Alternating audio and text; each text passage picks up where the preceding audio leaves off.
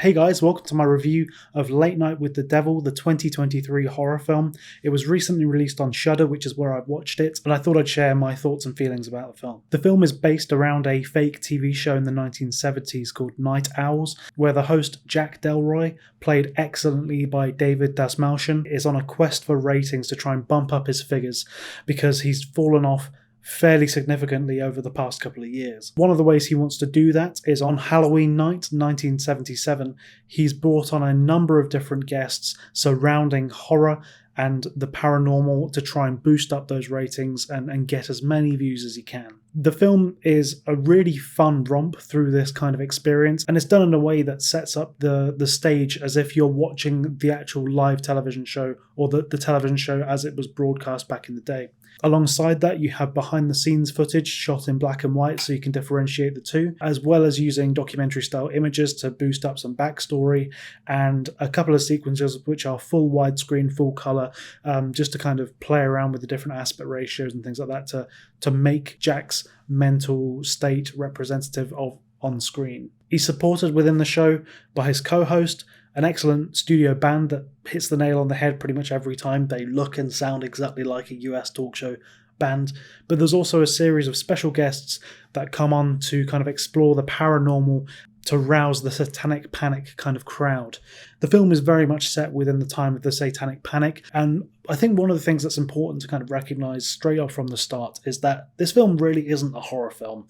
It's a film that pastiches horror, and it's a film that knows exactly what it's trying to do, and it does it excellently. Everything that can go wrong does go wrong within this talk show, and as a viewer, you're set up quite early on, especially with the performance from David Dastmalchian, and he approaches this with such a degree of charm and ability to kind of guide the audience and take you through the program. He fits so naturally into the job of being a late night talk show host. I think one of the things he does really well is that he's not all smiles, laughter, and charm. There is this slight weird creepiness to him, which works really well for this film, especially as it being like the horror kind of special of Night Owls and Halloween. But when you see the flashbacks and things like that, he's got the excellent kind of smarminess as well that you'd expect in a television talk show host that can sometimes come out when they're trying to make funny jokes or jeers at the audience and things like that.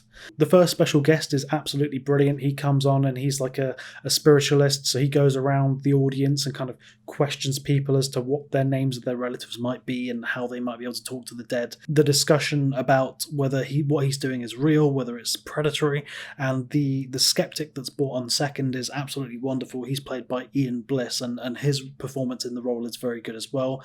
And there's a brilliant kind of forward and backwards between him and the second guest on the show. Obviously, within that time frame, you had people like Uri Geller with his bending spoons and things like that, and that's represented by the very first person who comes onto stage and talks to the dead as well. So there's that lovely kind of contextualization of those performances within the film just working together. Everyone knows exactly how they are when they're being filmed, and they're the perfect level of camp to again fit that 1970s American television style. The film kind of flows along at an excellent pace. There was never a part in the film where I was bored or wanted it to push on further, or a part of the narrative that I didn't like. Every single person that was brought on has an excellent degree of enthusiasm and portrays their role really well. But when the film really begins to get into gear is when June and Lily are introduced. June is a parapsychologist who's been exploring and studying different satanic rituals and people that are potentially possessed by the devil and other demons. And Lily is her expert subject who's brought into the film to kind of portray one of the creepy young kind of child that's been potentially possessed by a demon. There's some wonderful backstory that I won't go into because I don't want to spoil the film with Lily, where it kind of takes you back in time and shows you what the events were when she was younger that may cause her to have a demon inside of her. But as soon as those two are introduced, Jack Delroy tries to push the situation as far as he can in order to get a live exorcism or a live devil or demon appearance within the television show, and that's where everything starts to go slightly weird. It is a horror film in regards to some gross out factors. It's not just a demonic film, it's not just an exorcism kind of film. There are glimpses of different genres. You've got everything from kind of psychological horror and thriller to the kind of body horror that you'd expect or see in something like Creepshow. And a lot of the special effects are done really lovingly back to those films in the 1970s, where they're very practical. They feel like you're watching a film from the 70s, and the style is really easy to latch onto. And then they never go too over the top in regards to what they're trying to portray. I think there's one sequence that's absolutely wonderful that's surrounding one of the characters' phobias, and I think that's handled terrifically well. There's been some discourse online about where the film goes in the final act and what people think about that. For me, I thought it worked pretty well. It wasn't the ending that I wanted to get, but it was also one of those things where it ends it in a good enough state where I was happy with the actual final results of the film. And the things that it did with the different story build-ups across the course of the whole film, including Jack Delroy's past and the past of all the different guests and how they all interlink and things like that, it just works really well. There has been some talk online about some of the issues with the film, and I think that the main one that I've seen on a lot of reviews, especially on Letterboxd, a lot of people have spoken out about this and rated the film very lowly because of this. But there are occasionally within the film TV interstitials which are like, we're coming back after the adverts, stay tuned, night owls, Halloween's kind of vibe. And apparently in this film they used AI generated images to create those interstitials. Now I didn't know that this was the thing when I was watching the film, and I found the film really engaging, and I quite liked how playful and fun those intertitles were. So it's a little disappointing to hear that they were made from AI, but you don't know what the situation's like within the studios and within the kind of production of the film.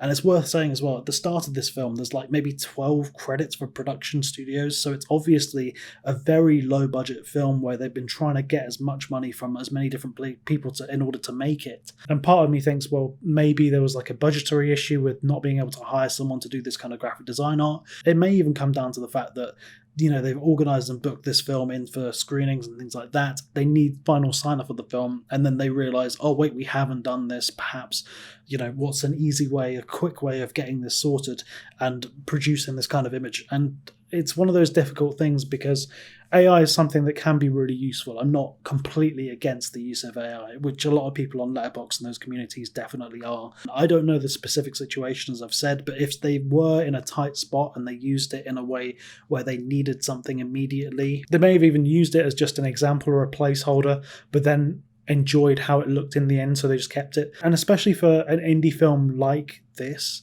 it's weird that a lot of people are kind of dying on the sword for this with their judgment of the AI usage, especially when companies like Disney are using it for full animated opening credit sequences. Like, that's where there's issue with it within this kind of industry. It is something to flag just to say that it's there, but overall it didn't really impact the film, especially as I didn't know that they were AI generated images when I was watching it, so I was just like, well, this is great. I love these titles. They work perfectly with the theme, the vibe, the set design, everything like that. They work really well to kind of merge together, and realistically it doesn't affect the film that much that they are AI generated. It's disappointing, yeah, but it doesn't make the film bad for me. Overall, I'd recommend this if you're a fan of horror cinema. Again, it's not a horror film, really. It's a really enjoyable romp through a pastiche of 1970s American TV, taking the mick out of the satanic panic kind of crisis, and really plays into those different aspects of those 70s horror films that everyone knows and loves nowadays,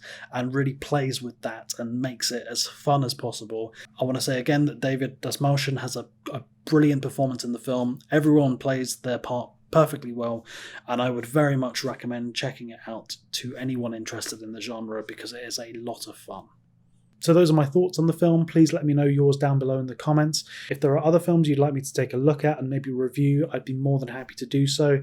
I'm trying to get a bit more momentum on my channel recently where I've been a bit more encouraged to do film reviews, film essays. I'm currently working on a film essay at the moment as well, which is a really fun project for a film that I absolutely adored.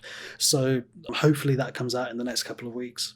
I'm also happy working on reviews like this, going through my film collection, which is what my channel has mostly been based around over the past couple of years, and kind of going through that collection, looking over things, watching things, getting my watch list down because there's so many films I need to see.